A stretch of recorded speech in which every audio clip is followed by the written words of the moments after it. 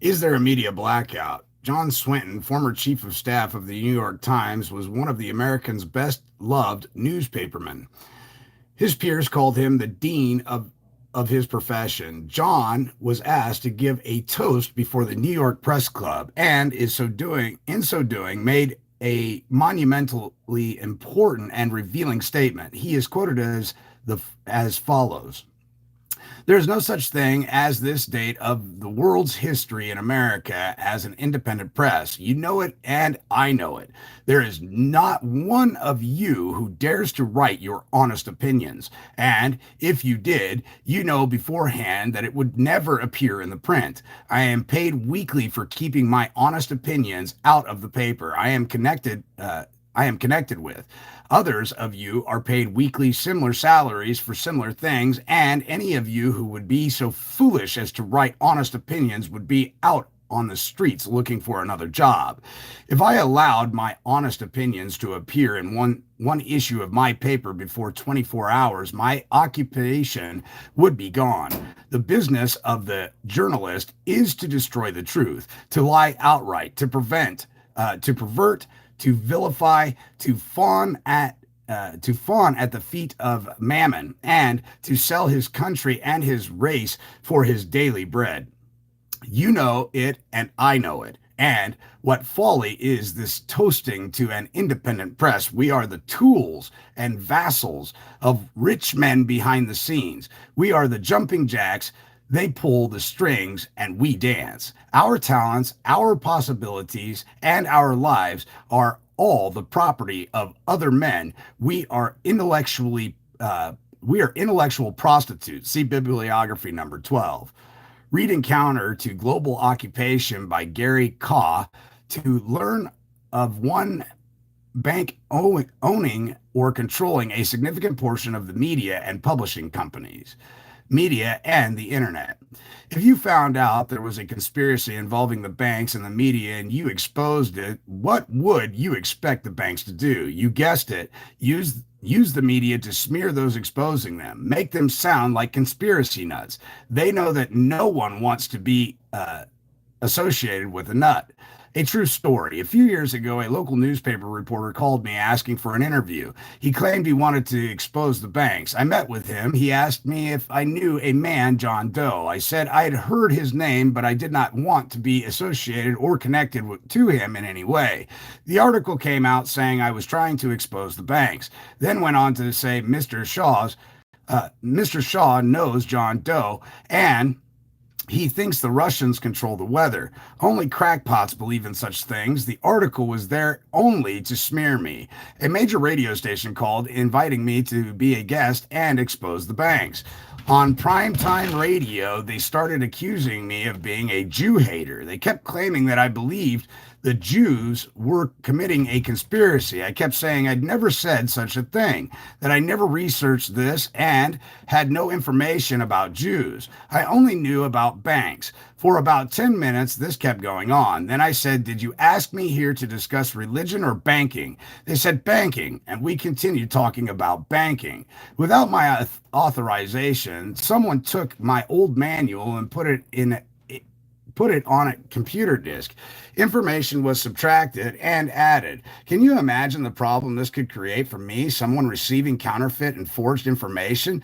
What if they put this on the internet? Someone did put my information on the internet without authorization. There was a typo. He claimed I had a wrong date. That was the excuse he used to try and discredit my information. This book may have typos, but can people prove me to be mentally wrong or materially wrong? Others have put my information on the internet. They change the information and claim I said or agreed to something I never had. By leaving out a few key paragraphs or words, one can completely change the meaning of what it is I am saying.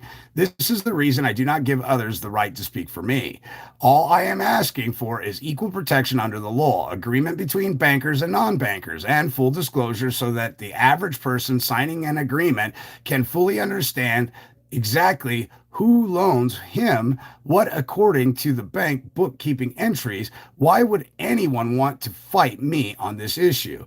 If the media tells the whole truth, why do they discuss the balanced budget and create a media blackout concerning the Federal Reserve Bank? Stop allowing the banks to obtain $100 in government bonds for 2.5 cents, and we will balance the budget. If this banking system is good for America, we should tell everyone. Do they think we should hide the truth? For those who say there is no conspiracy, explain the following. If one person or group of people could create money, would they own much of the nation's assets over time? If one had the power to create money, could one obtain the liens on most of the homes, cars, farms, ranches, planes, and businesses over a period of time without loaning 1 cent of legal tender or other depositors' money? Would the people be paying more interest under today's banking system than the one I propose? What is the difference, economically speaking, whether the bank stole from the borrower and returned the value of the stolen property as a loan to the victim, or if the bank legally created the money and loaned it out to the same borrower? Does not the same result occur? Does not stealing and counterfeiting shift the wealth from the victim to the thief or the counterfeiter? How can this happen without the lawmakers, judges, police, and other professionals behind the scenes? If we were under gold and silver or United States notes issued interest free by the Republic, and this being the only money used in the nation, could the banks obtain the liens on the nation's assets without loaning 1 cent of legal tender or other depositors' money? Would there be a national debt? Is it not true that if you have wealth, you have power? If you can create money, is it not true you could practically own the entire world? If you do not call this a global conspiracy, do you call it good business? Are others being forced into involuntary servitude? Anyone can say there is no conspiracy. I want proof that there is not one. I want those saying that there is no conspiracy to answer all of my questions. I will happily provide a forum to prove they are right. My guess is that the ones involved in a conspiracy will say there is no conspiracy and smear anyone who disagrees. The people who know the truth and who know what famous men have said will expose the truth to others. If a conspiracy is exposed widely enough, it will end. If there is no conspiracy, why did James Warburg, a member of the CFR, say, we shall have one world government, whether or not you like it, by conquest or consent?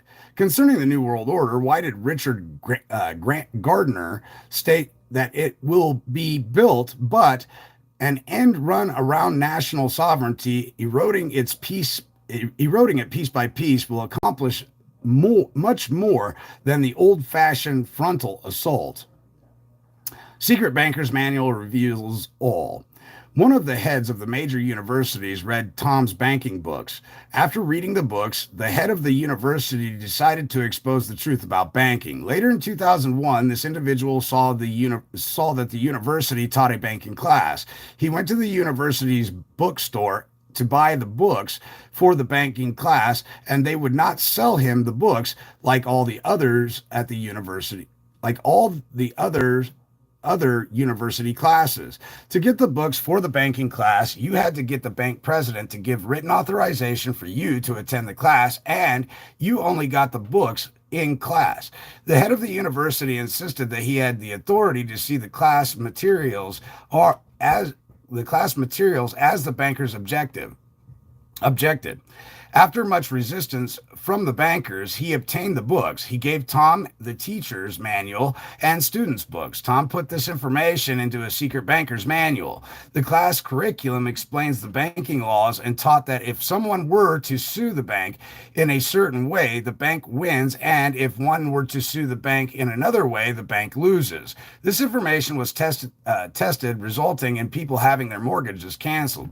We cannot guarantee future results. The manuals manuals also reveal what bankers do to obtain huge returns on investment using computer generated leads telling you when to buy or sell in the marketplace. The university's curriculum proves that the bankers know exactly what they are doing and how to profit from the banking system that they forced the nation into. Several people have tried to copycat the information, charging thousands.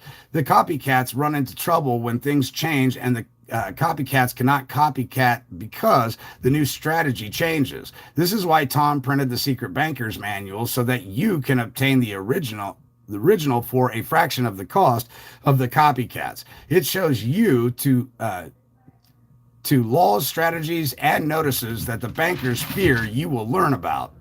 This manual is so powerful and revolutionary that you must sign an agreement to keep the information confidential. You cannot lend the manual out. Your friends must buy it for themselves. Learn how to use the secret banker's information, and you could really profit from the information. If you do not learn how it works and use it to your advantage, you will live like a slave, like your friends and neighbors. Be smart and use the system to your advantage. Ask your friends where to buy a copy, or do an internet search of Tom Shaw to find a distributor. Better yet, become a distributor and sell the manual. There are 3 ways to return the wealth back to Americans. We can use the vote, cancel loans, or use high returns on investments using computers to generate, buy, or sell singles. High returns or investments is the way to go. Economic solution. Before we can discuss the solution, one has to understand the problem. The problem is that private banks create money and loan it to the citizens at interest. If $100 of new money is created and loaned to you at 10%, by the end of the year you owe $100 plus $10 of interest, and there has been only $100 of currency created to pay the $110 owed. There is never enough money to pay the banks. We must correct the problem without destroying the economy. Illustrative example. Citizen owes bank principal and interest of $1,500,000. Government owes bank principal and interest of $1 million. Total money owed today through bank loans is $2,500,000. The original money loaned was less than $2 million. With interest, it totals $2,500,000. Citizens will owe $250,000 in interest, 2.5 million at 10% interest this year to pay the bank to stop foreclosures. The bank must loan out $250,000 of new counterfeit money this year, so there is a new $250,000 that can be earned and returned to the bank as interest, or homes will be foreclosed on. If $250,000 of new money is not created, there will never be enough money to pay the banks, because the principal cannot repay the principal plus interest. If the new $250,000 is not created, the banks will cause a depression by contracting the money supply by $250,000, and they end up owning all the property anyway. Solution. The government prohibits the banks from creating counterfeit money. Banks can only loan other depositors money. The government creates the money like President Lincoln, Kennedy, and Jackson intended, instead of the bank counterfeiting new money and loaning it to the government at interest. The government creates the money with no interest or debt to the banks, thereby stopping the economic collapse. For every dollar the government creates interest-free, there is one less dollar in taxes needed to fund the government. The government creates additional money above and beyond the $250,000, hiring the unemployed and underemployed to repair and rebuild roads and bridges and for other government projects. Tax money is saved by creating money, so people pay less in taxes and can use the money saved to buy more goods and services, which then creates more jobs. Money could be loaned at no interest from the federal government to state, county, and city governments to cancel interest-bearing bank loans. Stopping interest helps states, counties, and cities balance their budget and lower taxes. Without adding production to the money supply, there are too many dollars chasing too few goods, creating hyperinflation. Computers will watch for inflation, so just the right amount of money is created. Tax incentives will be given to increase the number of factories. Interest-free or low-interest loans will be granted from the federal government to build new factories. More factories must be created so there are more goods produced to match the new dollars created. Thus, there is less inflation. The new factories will add new, higher paying jobs. More jobs means less crime and more taxpayers. As people have more money, they will pay off loans. Not every bank loan can be canceled in the first day.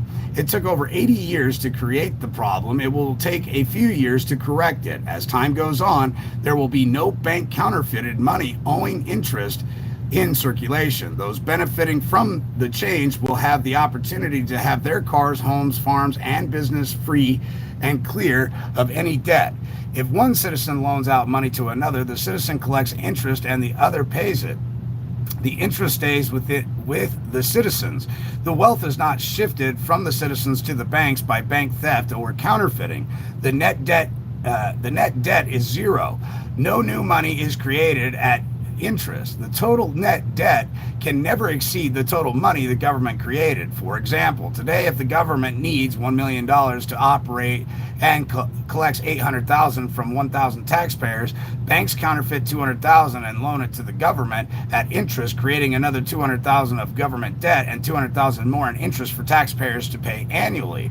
The solution is to create money with no interest and hire the unemployed and underemployed, creating more taxpayers. Instead of 1,000 taxpayers paying $800,000 in taxes, you have 1,300 taxpayers paying $800,000 in taxes, lowering the average taxpayer's taxes from $800 to $615.39. Once the government debt is paid and no more taxes are needed to pay the interest, personal income tax can be abolished forever. There are enough import and export excise sales and business tax methods to stop the IRS from harassing you. For every dollar the government creates interest-free, the people have one less dollar of debt and less taxes. No interest expenses means taxes are cut significantly. Bank debt is canceled or paid off by interest-free United States notes created by the government and earned by the citizens to pay off the bank loans. Bankers will learn new job skills, producing goods and services and not shifting wealth from non-bankers to bankers. Banks must loan lawful United States currency to obtain the promissory note. Bankers cannot obtain the liens on the nation for free, and the citizens will no longer work 3 to 6 months every year to pay banks interest on money they counterfeited and returned as a loan. The 3 to 6 months of labor will belong to the citizens. They can use it to buy more land, cars, boats, airplanes, motorhomes, and the big diamond ring they always wanted for their wives. You will have the money to take vacation you only dreamed about before. It will be better than winning the lottery. President Lincoln Greenback's United States notes saved the Union. A London Times editorial explained the central banker's attitude towards Lincoln's greenbacks. If this mischievous financial policy, which has its origins in North America, shall become endurated down to a fixture, then the government will furnish its own money without cost. It will pay off debts and be without debt. It will have all the money necessary to carry on its commerce. It will become prosperous without precedent in the history of the world. The brains and wealth of all countries will go to North America. That country must be destroyed, or it will destroy every monarchy on the globe. Page 104, see bibliography number 8. You must expect the government, banks, and the media to try to stop us. They cannot stop us from ending slavery, tyranny, and bringing back the U.S. Constitution if enough Americans want their bank debt canceled. It is up to you to make it happen. They cannot control people copying and distributing and faxing the brochures on a local level and exposing the truth. You will decide the future of America. America is in her most desperate hour, and she needs you. If we do not fix it, you and your children will be enslaved forever in debt and a cashless society. If you fix it, you will be free at last and will significantly increase your standard of living. Exposing the truth to enough Americans will fix the problem. We all want out of debt and to be free. We just have to inform the people about the truth and stop believing the lies. Allow Abraham Lincoln money Abraham Lincoln's money program to live on and to free us. Listen to the wise words of Lincoln. The government should create, issue, and circulate all the currency and the credit needed to satisfy the spending power of the government and the buying power of consumers. The privilege of creating and issuing money is not only the supreme prerogative of the government, but it is the government's greatest creative opportunity.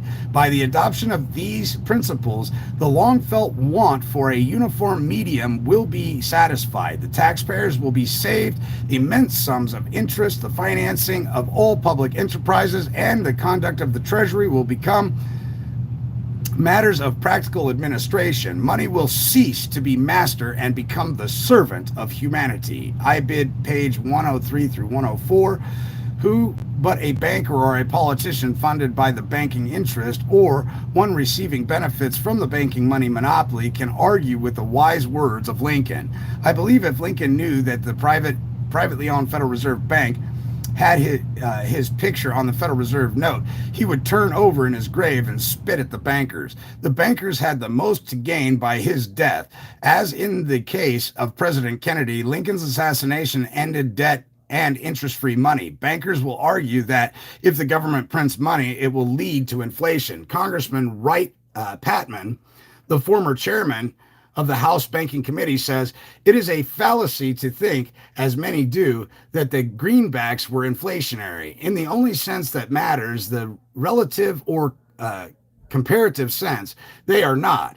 That is, $450 million in greenbacks is no more or less inflationary than $450 million in bank deposits or any other bank money created to pay off $450 million in interest-bearing bonds. Page 24, see bibliography number 6. Do not be sucked in by more half-truths. The banks usually say government-issued currency creates hyperinflation. The truth is, Lincoln's greenbacks created inflation like the Federal Reserve note did in World War I. More production efficiency in factories creates less inflation. The banks quickly point out that Germany, after World War I, had hyperinflation. They conveniently leave out the fact that the Allies took the factories out of Germany and that it became an agrarian state. Adding money without increasing factory output does create inflation, which destroys an economy. Hitler proved that creating money free of debt and interest and increasing factory outputs creates a very prosperous economy. When we come back, chapter 45, strategy to get Americans out of debt.